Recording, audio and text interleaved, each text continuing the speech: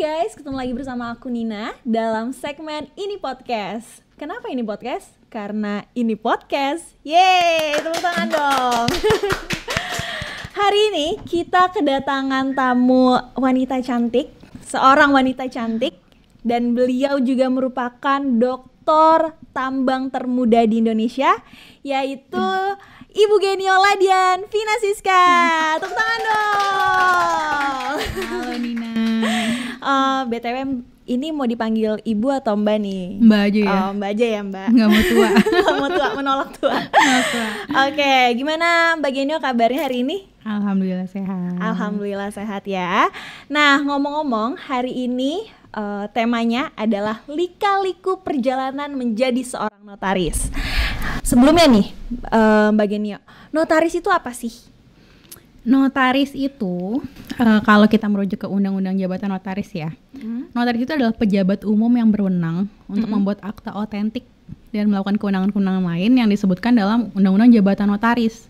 Nah, jadi kalau misalnya singkatnya aja, jadi notaris itu adalah profesi pejabat umum. Kita tuh pejabat loh sebenarnya, diberikan mandat oleh pemerintah untuk membuat akta-akta otentik yang keabsahannya itu sudah diakui begitu, yang dianggap kuat gitu keabsahannya. Nah, di samping kewenangan untuk membuat akta otentik itu, kita tuh juga memiliki kewenangan-kewenangan lain seperti melakukan legalisasi, watermarking, dan melakukan hal-hal lain yang disebutkan atau dimandatkan dalam Undang-Undang Jabatan Notaris gitu. Nah, selain itu Mbak Genio, kita kan kalau misalnya lagi jalan-jalan nih, suka banget nih ngelihat plang-plang itu notaris dan PPAT. Nah, kalau sebagai masyarakat awam nih, kita menganggap, oh kalau udah notaris tuh pasti PPAT atau sebaliknya gitu. Tapi apakah memang iya kalau misalnya kita itu notaris sudah pasti menjadi PPAT atau sebaliknya? Gimana itu Mbak? Nah, notaris sama PPAT itu adalah dua profesi yang berbeda sebenarnya.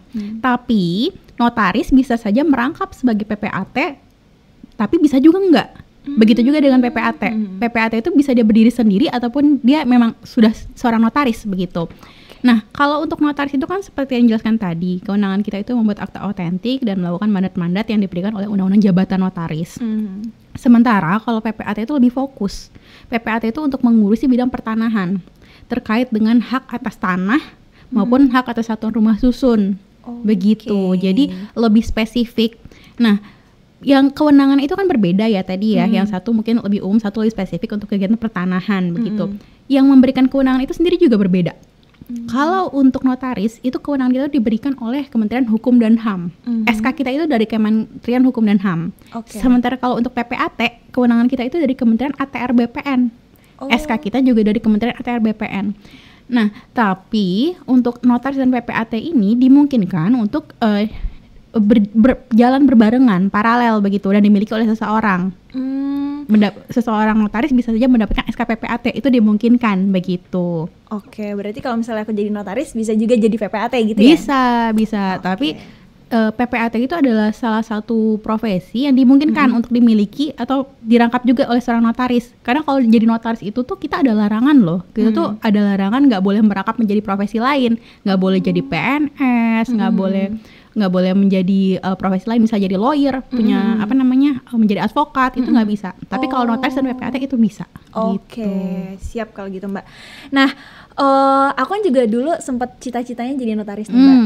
Tapi seiring berjalannya waktu aku ngelihat kok jadi notaris itu sesusah itu ya rasanya teman-teman. Kayak banyak banget gitu jenjangnya apa aja yang harus dilewati. Karena kan kalau kayak pengacara itu kan syaratnya lulus S1 hukum, PKPA atau UPA, UPA, ataupun umur 25 tahun baru disumpah gitu. Nah, kalau notaris sendiri itu jenjangnya kayak gimana sih Mbak untuk detailnya mungkin? Jujur ya, perjalanan menjadi notaris itu panjang banget. Kalau boleh cerita sendiri aku nih, aku itu masuk kuliah magister kenotariatan itu tahun 2013, tamat 2015. Tapi aku baru diangkat itu tahun 2021. 6 tahun, itu ada 6 tahun. Kenapa bisa sampai 6 tahun? Itu mungkin ini ya, maksudnya nggak semua orang sampai 6 tahun begitu. Karena yang pertama, tahapannya sendiri memang panjang, alurnya itu panjang. Yang kedua, ada syarat untuk menjadi notaris itu kan ada syarat umur. itu harus betul. 27 tahun gitu. Nah kebetulan karena dapat combo ini perjalanan yang panjang, terus kejegal masalah umur juga gitu, aku baru bisa diangkat 6 tahun setelah aku menyandang gelar magister kenotariatan. Lumayan lama ya Mbak? Lama. Nah perjalanan itu juga panjang. Kenapa panjang? Karena memang ada alur-alur yang ditetapkan oleh kementerian gitu kan. Memang banyak tahap-tahapnya atau pos-posnya. Tambah lagi karena kita kan notaris dan PPAT nih. Notaris dan PPAT. Untuk yang PPAT sendiri juga ada tahapannya, ada alurnya tersendiri. Jadi beda. Jadi itu kayak kita harus menjalankan di 2 sirkuit begitu loh. Tapi harus paralel. Nggak harus sih, tapi maksudnya untuk efektif itu paralel gitu kan ya. Kalau dulu ya, aku tuh tamat magister kenotariatan itu in my case yang mana itu aku tamatan udah 6 tahun lalu itu. Tamat magister kenotariatan, aku harus ikut ujian kode etik. Ujian kode etik notaris. Habis ujian kode etik notaris, aku harus magang di kantor notaris 2 tahun. Habis magang di kantor notaris 2 tahun, ada yang namanya magang bersama. Magang bersama itu diadakan oleh pengurus wilayah Ikatan Notaris Indonesia. Setelah itu juga ada, habis magang bersama ada ujian, ini namanya ujian PPKJN. PPKJN itu peningkatan kualitas jabatan notaris, peningkatan kualitas jabatan notaris. Setelah itu aku harus menunggu dibukanya kuota oleh Kementerian Hukum dan HAM untuk mendapatkan formasi notarisnya, yang mana untuk dapetin informasi jabatan notarisnya itu ya, itu rebutan Nina. Itu rebutan banget. Iya. Itu maksudnya gimana ya? Itu kayak perang online. Nah gitu. itu juga salah satu sih Mbak yang kalau misalnya aku nih dan teman-teman aku yang kayak notaris tuh sekarang kuotanya gini. Nah karena mungkin itu sih Mbak ya, orang-orang pada rebutan. Betul, karena memang semuanya udah mengakui ya, maksudnya kayak jumlah tamatan magister kenotariatan itu kan banyak ya se-Indonesia. Dan yang namanya udah menyandang gelar magister kenotariatan pastinya mostly kan menjadi notaris dong. Iya, betul. Kalau enggak ngapain mau kuliah magister kenotariatan gitu kan. Nah itu kita merebutan sementara kebutuhan notaris di wilayah itu kan ada perhitungannya sendiri oleh pemerintah. Iya. Nggak mungkin lebih banyak notarisnya daripada maksudnya masyarakatnya yang membutuhkan jasanya begitu kan. Iya. Sehingga tentunya dibatasi, diberi pembatasan. Nah dalam sistem pembatasan ini pun ada formasi namanya, formasi jabatan notaris. Setiap provinsi itu harus rebutan ada terbuka berapa kursi gitu istilahnya, berapa orang yang dibutuhkan notarisnya per tahun. Nah kita tuh merebutkan itu. Nah kalau misalnya nggak mau rebutan bisa, tapi misalnya kayak misalnya daerah-daerah yang favorit deh. Dulu kalau teman-teman mungkin tamat SMA gitu kan ya, rebutan mau masuk kuliah gitu kan ya, sama kayak gitu kan, sama aja. Jadi kalau misalnya mau di sekitar wilayah Jakarta atau di kota-kota besar begitu, itu pasti rebutannya banyak. Misalnya formasinya sedikit tapi peminatnya banyak. Tapi mungkin yang di daerah-daerah di luar Pulau Jawa gitu kan ya, dengan formasi yang banyak, tapi ya peminatnya juga nggak terlalu banyak. Iya, gitu. Betul. Nah kemarin juga emang ada sempat salah satu teman-teman aku yang udah jadi notaris juga, maksudnya yang udah ngambil notaris, mereka juga infonya gitu, kan aku bilang kayak aku suka nanya gitu, Kak nanti kalau jadi notaris gimana, bukannya nanti kuotanya itu ribet ya kalau di Jakarta gini-gini. Terus dia ngomong, ya jangan ambil di Jakarta deh, kalau di Jakarta mah nanti sampai umur berapa juga gue nggak dapet, dia bilang gitu, susah karena saingannya banyak. Makanya dia bilang aku sih ngambilnya di luar Pulau Jawa, dia bilang gitu. Oh gitu. Selain masalah susah juga, sekarang itu untuk dapetin formasi jabatan notaris itu Nina, ada peraturan, jadi ada kelas-kelasnya, ada tingkatannya. Jadi wilayah-wilayah tertentu itu misalnya tingkatannya C. Jadi kalau notaris baru bisa kita pilih ke formasi wilayah yang C. Yang kelasnya C gitu. Setelah 3 tahun kita boleh pindah ke B. Jadi misalnya kayak kalau daerah-daerah Cirebon, Cianjur gitu kan ya, Pandeglang, Cilegon itu masih C. Tapi kayak Tangerang Selatan itu udah B, Kabupaten Tangerang B. Sementara kalau untuk wilayah DKI Jakarta, pusat, utara, timur, selatan itu A gitu. Nah jadi kalau misalnya mau jadi notaris sebenarnya ya mesti mempersiapkan untuk itu juga. Siap nggak misalnya mungkin dapat formasinya nggak di wilayah tempat kita biasa berdomisili iya, gitu. Benar. Jadi Jadi siap pindah gitu ya Mbak. Betul. Ya. Aku ada bareng sama teman-teman aku sekarang nih yang baru dilantik. Ada yang misalnya dari Sumatera Barat, terus dapat formasinya di kota Serang nih ceritanya. Dia beneran pindah. Dia beneran pack his things terus kayak pindah ke Serang gitu, memulai hidup baru di Serang. Nah mungkin itu juga perlu dipertimbangkan ya, karena kan benar-benar. Karena kan kalau misalnya pindah itu kan pasti apalagi kalau udah berkeluarga ya Mbak, di umur 27 tahun. Betul. Sekarang pada menikah muda ya. Betul. Udah punya keluarga, udah punya anak, jadi itu harus dipertimbangkan juga kan. Jadi biasanya beratnya di situ. Nah selain itu juga sih Mbak, tadi kan bagiannya juga udah menyebutkan kalau misalnya jenjangnya itu banyak, ada 17-an gitu ya. Nanti mungkin boleh teman-teman cek di kolom komennya, description boxnya, itu nanti akan kita tulisin jenjangnya yang teman-teman kalau misalnya mau baca boleh baca di situ. Nah, Mbak Genio, kalau pengacara kan jenjangnya itu ada S1, S1 hukum, lalu ada mengikuti PKPA atau ujian pengacara atau yang biasa kita dengar UPA, lalu setelah umur 25 baru disumpah. Nah, terus kalau untuk notaris sendiri itu kira-kira jenjangnya kayak gimana? Waktu zaman bagiannya dulu kali ya kita bahas ya. Kalau zaman aku dulu ya, aku itu tamat kuliah notariatan tahun 2015. 2015 itu usia aku masih 21 tahunin. Mudah banget. 21 tahun. Nah setelah itu aku ada namanya ujian kode etik notaris. Itu diadakan oleh Ikatan Notaris Indonesia. Itu kita ujiannya mengenai UJN, fokusnya Undang-Undang Jabatan Notaris gitu kan. Setelah itu kita harus magang 2 tahun. Ini zaman aku ya, magang 2 tahun ujian kode etik, lalu aku magang 2 tahun. Habis magang 2 tahun itu kita ada namanya peningkatan kualitas jabatan notaris. Peningkatan kualitas jabatan notaris, kalau dulu ada UPN deh kalau nggak salah istilahnya zaman sebelum itu. Lalu setelah itu nanti kita baru rebutan formasi. Kita nunggu pembukaan dari Kementerian Hukum dan HAM. Berapa formasi yang dibuka di satu wilayah gitu kan, dan itu berbarengan.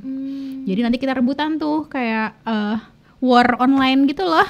Kayak war online, rebutan formasi. Sekarang mungkin anak SMA mau nyari kuliah gitu ya Mbak ya? Iya kayak gitu, atau yang suka belanja online kan suka rebutan apa 11 12 itu kan rebutan cepet-cepetan ketik-ketikan gitu. Nah itu rebutan tuh kalau zaman aku ya. Setelah itu setelah kita rebutan formasi, habis itu juga masih ada tahap seleksi administrasi. Kita udah dapat formasi. Setelah itu kita seleksi administrasi, kita kirimin berkas ke Kementerian Hukum dan HAM. Nunggu dulu udah oke apa belum, karena katanya juga banyak tuh yang suka gugur pada saat pemberkasan. Setelah pemberkasan kita dapat informasi kita udah valid nih, udah oke, secure, dapat tempat di sana, formasi di sana. Nunggu lagi SK keluar. Setelah nunggu SK keluar, kita harus ngajuin lagi ke kantor wilayah provinsi setempat untuk diangkat, untuk disumpah jabatan gitu. Jadi prosedurnya banyak gitu. Jadi tuh kata teman aku, sekarang buat jadi notaris itu tahapnya ada 17. Ini aku bawa contekan nih. Wow, 17 ya teman-teman semua. 17. Banyak banget. Nanti mungkin bisa dibantu ya, dikasih charge-nya di ini. Oke. Nanti yang lain teman-teman kalau misalnya mau lebih detail lagi ada di description box, bisa dilihat. Cuman sekilas aja. Ini tuh aku diinfoin kalau sekarang tamat magister kenotariatan itu harus ujian pra ALB. Ujian pra ALB itu ujian pra anggota luar biasa Ikatan Notaris Indonesia. Itu tujuan ujiannya agar terdaftar sebagai anggota luar biasa ALB ini. Jadi ALB ini itu adalah yang nanti setelah itu bisa melakukan magang di kantor notaris. Nah jadi sekarang magangnya nggak hanya magang kayak ngajuin magang ngasal gitu, enggak, karena sudah lebih terkoordinir oleh Ikatan Notaris Indonesia gitu ya. Setelah habis itu magang 2 tahun di kantor notaris, lalu harus mengumpulkan 18 poin. Seminar-seminar itu ya? Betul. Nah 18 poin itu didapat dari seminar-seminar. Ini rata-rata mungkin sekitar 4 atau 5 seminar nih untuk dapat 18 poin ini. Nah seminar itu tuh juga bukan seminar sembarang seminar, tapi seminar yang diadakan oleh Ikatan Notaris Indonesia, baik dari pengurus pusat maupun dari pengurus wilayah. Nah atau nanti mereka mengadakan seminar, kita ikut, kita kumpulkan poinnya. Setelah itu harus magang bersama 4 kali. Ada magang lagi. Magang lagi. Nah, aku ini kurang paham ya kalau yang magang bersama 4 kali ini bagaimana sistemnya. Cuma sekarang katanya ada magang bersama 4 kali. Lalu ikut ujian kode etik notaris. Oke. Nah, kalau aku kan kemarin tamat notariat langsung bisa ujian kode etik nih. Nah, ini kan sekarang ada tahapannya lagi. Ujian kode etik notaris itu biasanya lebih berfokus kepada undang-undang jabatan notaris. Materi yang diujikannya itu. Lalu setelah lulus dari ujian kode etik notaris, lulus dulu nih, baru bisa ikut pelatihan peningkatan kualitas jabatan notaris, PPKJN. Nah, setelah PPKJN ini, yang mengadakan PPKJN ini Kementerian Hukum dan HAM. Jadi biasanya mereka yang memberitahu dibukanya kapan, gitu kan ya, pengadaannya bagaimana, dikumpulkan oleh kementerian. Kalau aku kemarin PPKJN-nya itu dibukanya setelah berapa tahun ya, jadi ada sempat postpone ada beberapa tahun karena ketika saat itu kuota notarisnya kebanyakan membludak gitu, jadi ditahan berapa tahun, akhirnya ada beberapa temen yang tertunda juga jadi notaris gara-gara belum bisa ikut itu.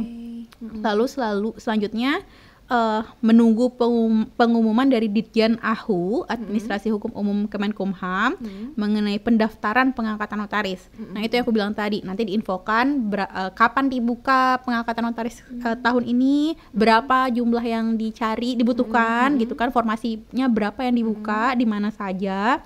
Lalu setelah itu baru pendaftaran pengangkatan notaris.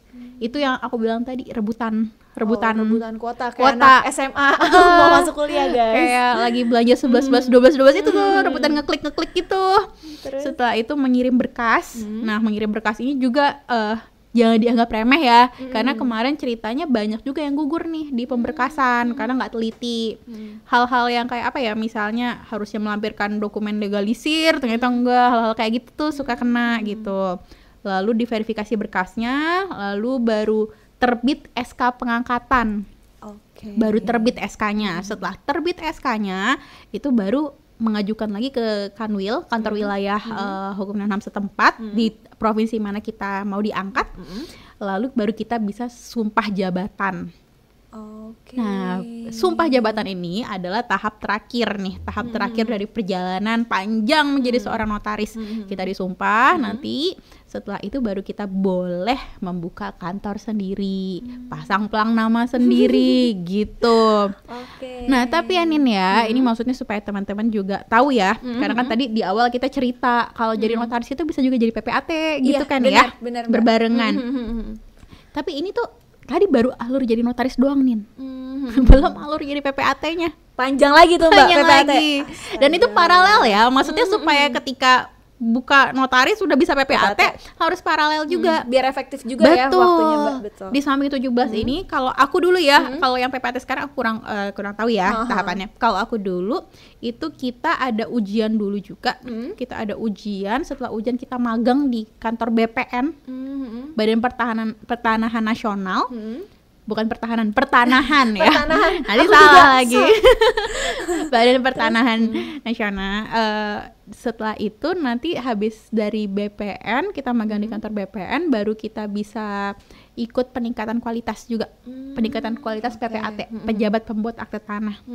Setelah itu juga baru kita, kalau nggak salah aku kemarin juga milih-milih ini deh, tempat wilayah kedudukan di mana.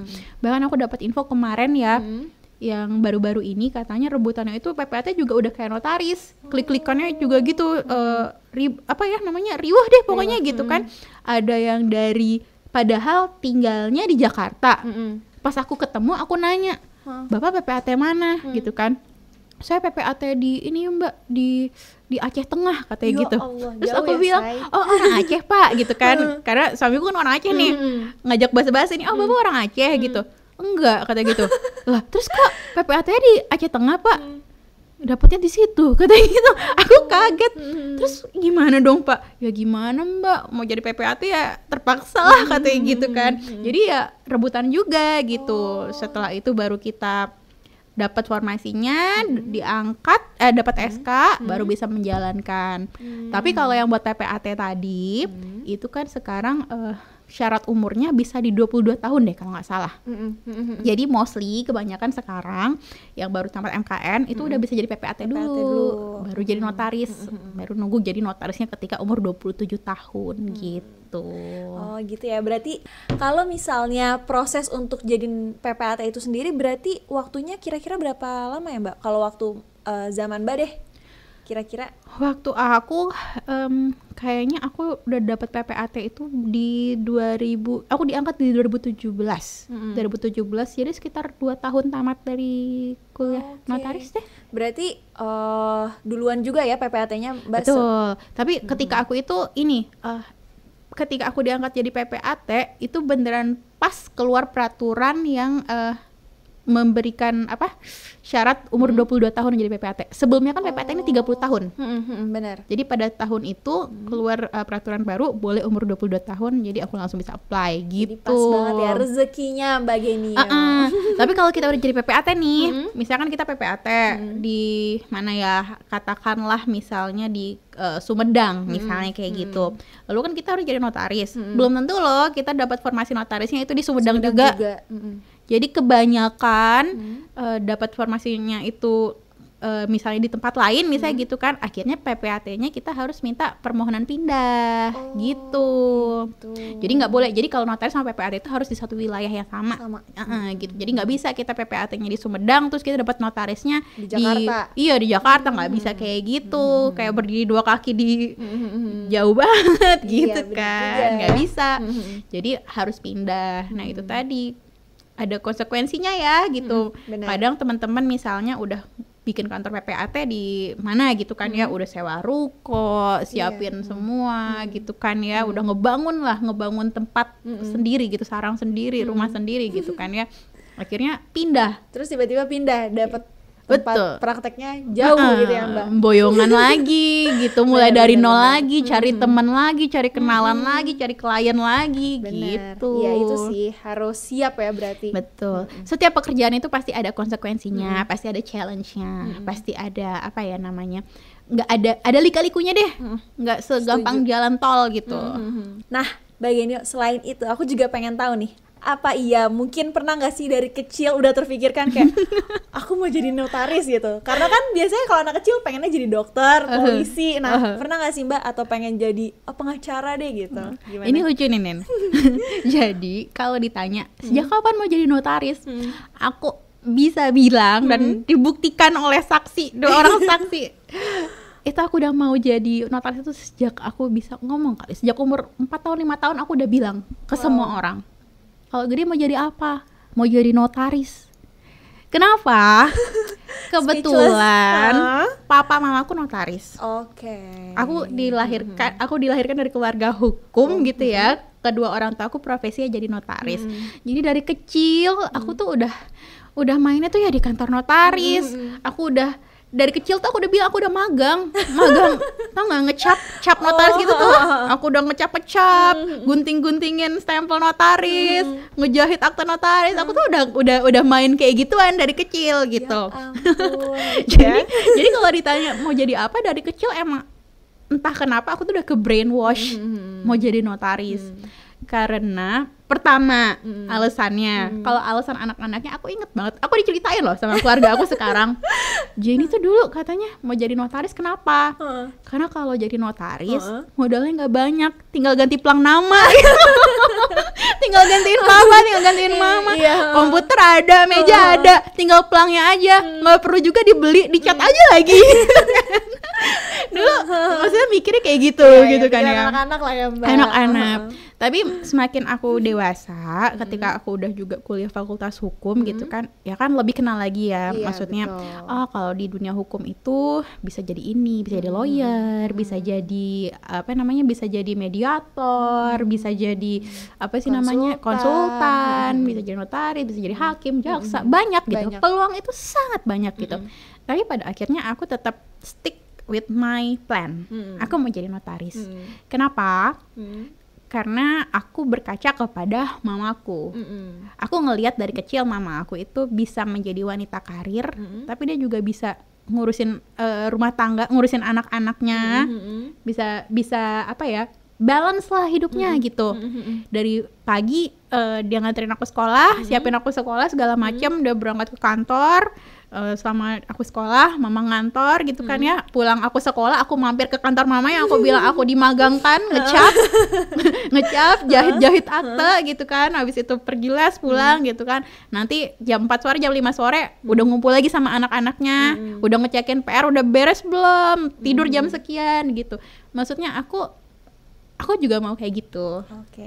Setiap orang kan punya ini ya, punya proyeksi tentang dirinya mau jadi apa itu pasti ada gitu kan ya. Aku mau kayak gitu. Aku mau jadi career woman, tapi aku juga mau berkeluarga. Aku tetap mau ada buat keluarga gitu. Jadi aku mikir kalau jadi notaris ya bisa nih gitu. Bisa aku kayak gitu. Dan alhamdulillah meskipun sulit karena sekarang rumah di mana, jadi notarisnya di mana gitu kan ya. Anak-anak di mana, suami di mana. Tapi ya aku mencoba balance kayak gitu. Berarti secara nggak langsung inspirasinya Mbak Genia mamahnya sendiri. Betul. Keren banget ya. Anak aku denger nih. Gak apa-apa. Anak kecil ditanya mau jadi apa, biasanya kan dokter, semua anak dokter, ini notaris gitu. Tapi itu sangat ini loh Nin, maksudnya itu ya pilihan Jenny kecil itu, Jenny kecil itu bener-bener mempengaruhi semua jalan hidup aku gitu. Maksudnya ketika SMA mau jadi IPA atau IPS kayak gitu kan ya. Kebetulan aku kelas akselerasi. Jadi kan anak aksel itu kan disuruh belajar IPA gitu kan. Tapi aku tahu, aku tuh mau jadi notaris, aku tuh masuk fakultas hukum. Jadi ketika teman-teman belajar fisika, kimia gitu, aku di sini nyelipin buku ekonomi, belajar sendiri, ikut bimbel. Orang ikut bimbelnya cuma IPA, aku harus ikut IPS juga kayak gitu. Omongan Jenny kecil itu yang 5 tahun, umur 5 tahun yang bilang plang itu mau diganti gitu, itu kebawa-bawa sama aku, memang menjadi apa ya, kayak suara mindset hati gitu aku, mindset aku gitu sampai sekarang.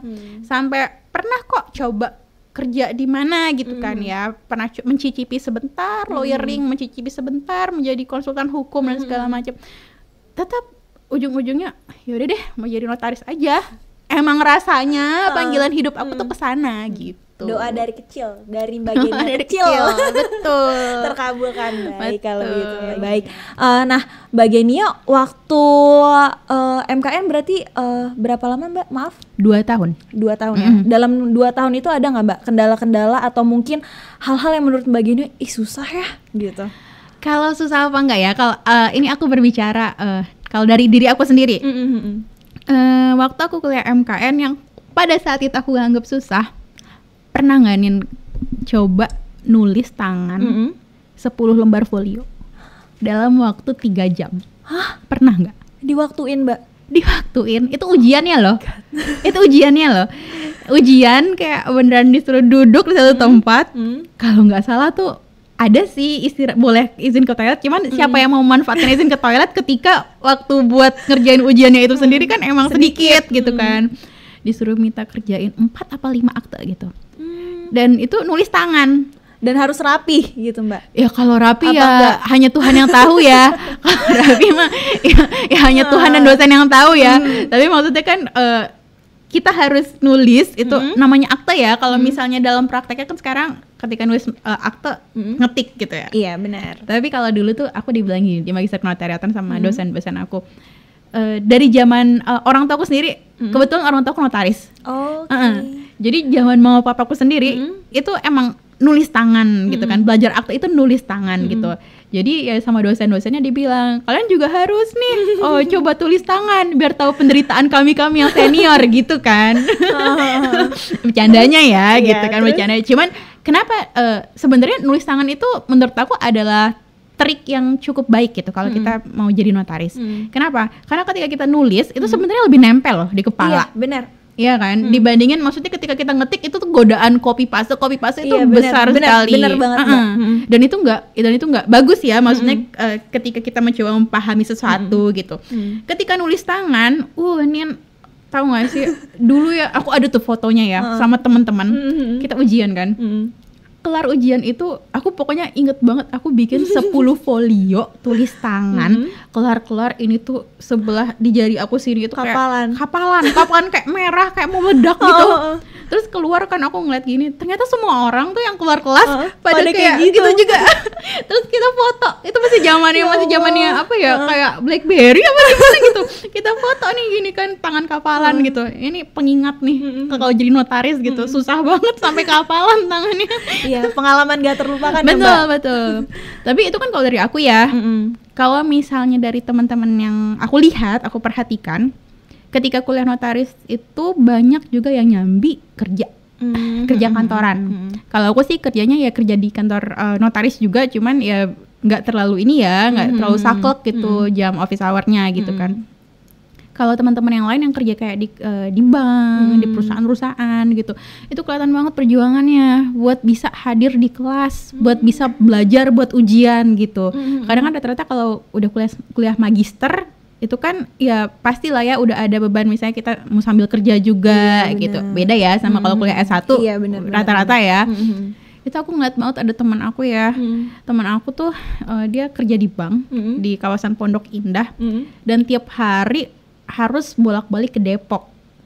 Ke Depok Terus hujan badai ditembus dong Nin, kayak naik ojek gitu kan. Kadang dia nyampe ke kampus itu badannya udah basah. Bukan lepek lagi, basah. Udah basah, nyampe basah ternyata kata dosennya, udah ya hari ini lebih cepat selesainya gitu. Ya ampun, kasihan sih Mbak. Aku ngerasain juga sih walaupun aku baru S1 ya, cuman iya ngerti. Ya itu perjuangan-perjuangan kayak gitu ya. Karena kan kalau namanya sambil kerja gitu kan, ceritanya kan beda ya, deritanya itu berbeda gitu. Bener-bener gitu sih. Seru juga ya ternyata. Seru tau Mbak, aku denger ceritanya kayak seru ya. Karena waktu aku S1 kayaknya oh ya udah gitu. Terus kayak mau ke S2 enggak deh nanti kayaknya berat banget dan lain-lain. Tapi kayaknya selain berat itu ada kayak hal-hal yang sebenarnya kalau diketawain seru juga ya, lucu juga ya gitu ya Mbak.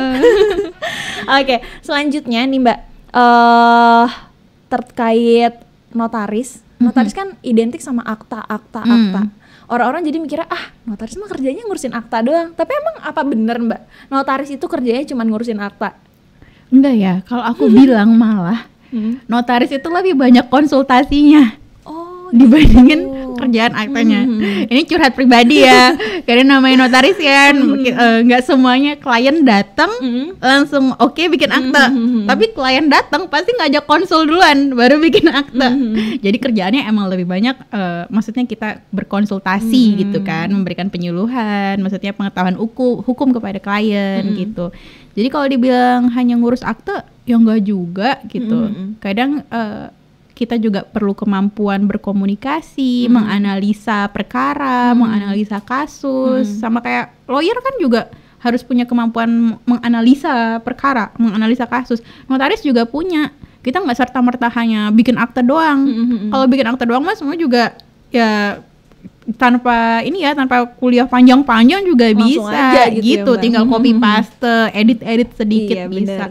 Tapi untuk bisa mengetahui akta apa yang diperlukan, lalu klausula apa aja yang perlu kita masukkan, dan hal-hal lain lah gitu, maksudnya berkaitan dengan apa yang kita tuangkan di dalam akta itu perlu analytical skill juga gitu, bahkan mencerna nih klien maunya apa sih gitu, atau untuk bisa mengakomodir keinginan klien ini bagaimana caranya, apa yang perlu kita lakukan, itu juga perlu analytical skill yang bagus gitu.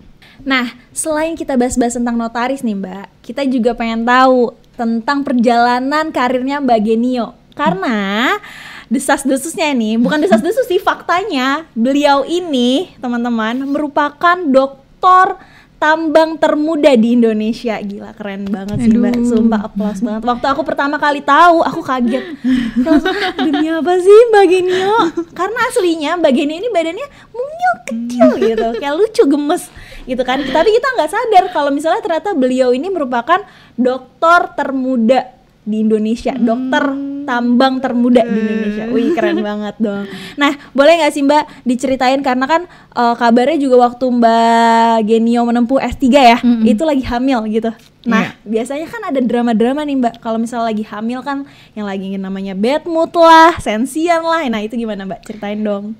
Mungkin ceritanya gini dulu ya. Kenapa akhirnya ambil S3? Ini juga nggak lepas dari masalah perjalanan aku jadi notaris gitu.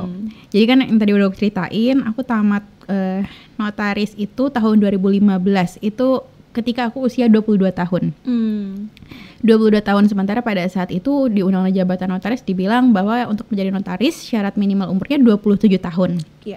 Jadi ada 5 tahun nih gitu kan. Di samping mengikuti alur tadi yang ditetapkan oleh Kementerian Hukum dan HAM dan juga alur yang harus aku penuhi untuk menjadi PPAT.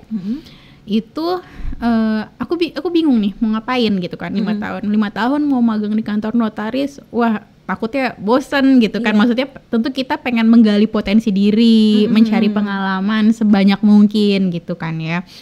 Akhirnya aku pernah coba lawyering sebentar banget. Tapi this is not me gitu. Ini bukan gue banget. Gue nggak bisa nih kayak gini gitu kan. Karena mengingat kalau misalnya lawyering dulu working hour-nya juga panjang gitu bener. Kan. Sementara aku tuh dari kecil emang selalu pengen hidup, bilangnya gini, pengen balance gitu, pengen jadi wanita karir, tapi pengen jadi ibu juga, hal-hal kayak gitu ya, maksudnya. Lalu gak mungkin nih jadi lawyer gitu. Kebetulan tunangan yang pada saat itu yang sekarang jadi suami juga gak ngasih restu gitu. Oke lah, terus aku mikir pengen ngapain ya gitu. Dan kebetulan aku dari dulu emang tertarik buat dunia akademik. Maksudnya aku tertarik buat ngajar, aku tertarik ikut-ikutan research kayak gitu. Lalu iseng nih mikir, mama papaku sih yang awalnya bilang kayak mau lanjut kuliah nggak gitu. Kayak mama seneng deh kalau anaknya ini gitu kan bisa sampai S3, soalnya mama nggak bisa, mama nggak nyampe kesampean gitu kan. Akhirnya aku iseng, aku daftar di UI, ambil S3 Dokter Ilmu Hukum. Lalu aku bilang gini sama mama, ini kalau misalnya nggak rezeki, ya udah nggak usah ya gitu. Iseng doang, iseng, beneran iseng gitu. Kalau nggak rezeki, ya udah ya gitu, nggak usah didorong-dorong lagi ya gitu kan. Akhirnya ikut tes, tesnya itu ada beberapa tahap ya, kalau nggak salah 3 atau 4 tahap. Dari administrasi, lalu ada tes TPA, tes bahasa Inggris, lalu ada wawancara kalau yang untuk dokter ilmu hukum di UI. Lalu pas saat wawancara beberapa minggu setelah itu, ini aku bener banget nggak ini ya, maksudnya udah minder duluan, nggak expect sama sekali. Aku inget banget, aku bangun malam-malam, aku tahu ini pengumumannya jam sekian nih gitu kan, tapi kayak saking nggak expectnya gak mau buka gitu, karena kayak ntar aja gitu ya, takut daripada ngerusak mood nih, kecewa gitu kan ya. Ya udah gitu, bangun-bangun paginya siap-siap mau ngantor gitu-gitu baru inget, oh iya pengumumannya kan semalam ya gitu kan. Iseng buka, kaget beneran kaget, beneran diterima dong gitu kan. Padahal itu aku udah mau tunangan. Terus ya udah ngomong, kita diskusikan, ya udah aku pengen mencoba, aku pengen menggali potensi aku di bidang ini gitu kan ya. Akhirnya jalanin. Aku masuk kuliah, aku masuk S3 Ilmu Hukum UI itu tahun 2016. 2016. Dan ternyata butuh 4 tahun untuk aku selesai gitu. Nah, ketika itu kan umurnya 22 ya, 23. Jadi aku hitung-hitung ya, kalau misalnya ngambil S3 ya pas lah kelar S3 bisa langsung buka kantor notaris gitu kan ya, mengisi waktu yang jeda ini begitu. Nah, jadi ya udah pas lagi kuliah S3 ya mengalami lah yang namanya kuliah sambil hamil, kuliah sambil siapin nikah, sambil hamil, sambil mabok-mabok, sambil menyusui, ngerasain lah itu semua. Ya Allah, sedih banget. Tapi seru ya Mbak, walaupun kayak ada tantangan gitu gak sih, walaupun kayak udah persiapan nih jadi ibu, dikala ngidam, mabok, terus sensi-sensiannya ibu hamil, tapi tetap harus belajar. Apalagi kalau S3 itu banyak gak sih Mbak tugas-tugasnya gitu? Tugas nggak banyak, tapi maksudnya kan itu building a project ya, kita tuh menyelesaikan disertasi kita gitu kan. Ya harus kitanya yang disiplin, harus kitanya yang bisa mengkontrol, memanage waktu kita gimana selesai, karena kita tuh nggak dibimbing, maksudnya nggak dibimbing dalam arti ayo hari ini kerjain 2 jam, 3 jam, selesai 10 halaman, nggak gitu. Kita punya promotor, kita punya pembimbing, tapi kan maksudnya bukan mereka membimbing dalam hal substansi ya, bukan teknis bagaimana kita bisa menyelesaikan itu gitu. Maksudnya bagaimana harus berapa jam sehari gitu kan. Time management itu ada di tangan kita pribadi. Nah, itulah yang yang mungkin sulit ya untuk masalah kuliah S3 itu gitu. Iya, karena harus konsisten lah. Harus konsisten, harus disiplin, dan emang harus punya kemauan yang keras gitu. Nah, pernah dengar lagi nih katanya Mbak Genio pernah dimarahin sama promotor S3-nya. Nah, itu kenapa tuh, Mbak? Promotornya yang kemarin jadi bintang tamu di sini. Izin Prof Hikmahanto. Promotor saya Prof Hikmahanto dan Ibu Tri Hayati. Pernah dimarahin Prof Hikmahanto? Pernah. tapi dimarahin dalam hal benar-benar dibimbing dengan baik. Gini, memang pernah dimarahin, tapi ketika dimarahin itu menjadi wake up call buat aku. Beneran kayak gini. Pada saat aku dimarahin itu aku tahu aku juga salah, aku punya kesalahan. Maksudnya aku berarti aku nggak deliver ke ekspektasinya promotor, pembimbing, begitu kan. Makanya Prof bisa marah gitu kan. Ketika dimarahin, nangisnya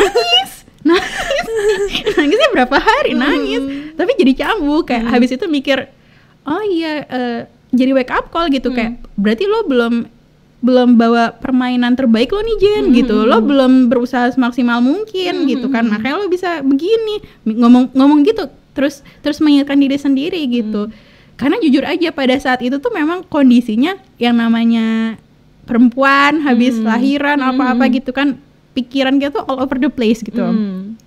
Nggak fokus, dan karena nggak fokus makanya lalai dalam beberapa hal, miss beberapa hal, ya tentunya kena marah gitu kan. Setelah itu baru kayak oh ya harus fokus, harus tahu skala prioritas, kapan bisa ini, harus manage waktu lebih baik gitu.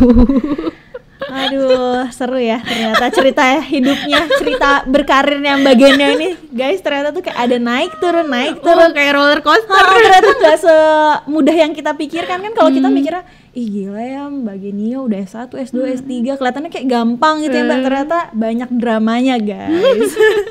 Nah, nggak terasa juga kita udah ngomong panjang lebar, dan semoga aja teman-teman gak bosan untuk ngedengerin episode kali ini bersama Mbak Genio. Nah, sebelum penutupan mungkin aku mau minta sedikit tips dari Mbak Genio buat teman-teman yang nanti bakal ngambil atau baru mau ngambil atau baru mungkin mau niat nih gara-gara ngeliat podcast ini notaris kenotariatan itu. Coba Mbak, boleh dong kasih tips dikit aja. Oke, gini. Kalau aku bisa ngasih saran buat diri aku sendiri mungkin ya, diri aku sendiri atau misalnya adik-adik di sini, kalau misalnya kita bisa mengulang waktu gitu kan ya, bagi yang belum bagi misalnya teman-teman yang masih kuliah fakultas hukum gitu kan ya, atau masih SMA gitu ya, atau fakultas hukum lah, sekarang ini kan kurikulum yang digunakan oleh pemerintah sekarang itu kan memberikan kebebasan, maksudnya memberikan kesempatan yang besar bagi teman-teman untuk menggali potensi diri. Buktinya sekarang kabarnya ini ya, kalau kuliah magang ya, ada syarat magang keluar syarat magang, kayak gitu kan ya. Ada namanya kampus Merdeka yang bisa belajar kemana aja gitu. Nah, ketika kuliah, ketika masih S1, galilah minat dan bakat kalian sebesar mungkin. Gunakan waktu itu untuk mengetahui who are you, what you wanna be gitu kan. Gali di saat itu agar ketika sudah tamat, ketika sudah menyandang gelar sarjana, itu kita tuh nggak masih galau-galau lagi, nggak masih pengen mencari-cari lagi, nggak membuang-buang waktu lagi gitu. Kalau misalnya ketika kuliah S1 gitu udah sempat magang misalnya, anggaplah magangnya di perusahaan atau magang di kantor notaris, di kantor pengacara misalnya ya gitu kan seenggaknya udah dapat sense nih, oh kayaknya mau deh kayak begini, atau kayak gue bakat deh buat hal seperti ini gitu kan. Seenggaknya kita udah sense masalah itu. Jadi ketika tamat kita bisa mempursue itu yang kita anggap oh kayaknya minat dan bakat kita di sana, kita kejar itu. Terus nanti kalau misalnya udah tamat, kita jadi lebih fokus lagi, lebih fokus dalam bidang itu, nggak kayak kebingungan lagi gitu loh, nggak kayak masih mempertanyakan diri sendiri gitu loh.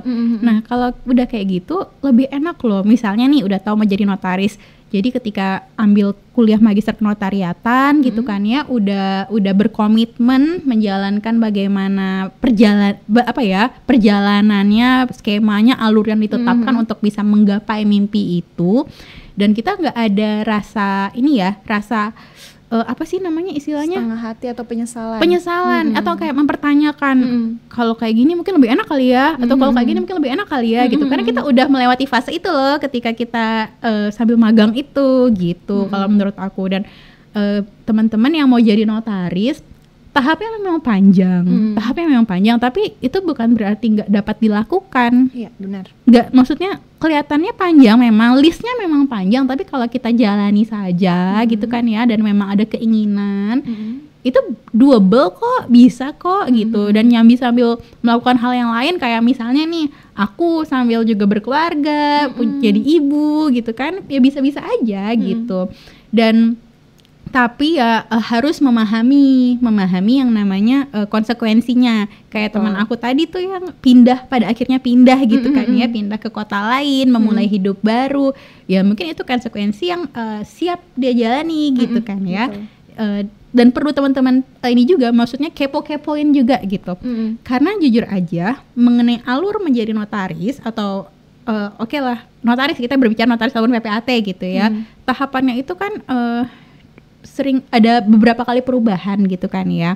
Jadi ya mungkin aja nanti rezeki ya teman-teman, ternyata stepnya dipangkas 5 step, 6 step gitu kan. Wah, enak banget gitu kan. Terus nanti nyesel lagi kan.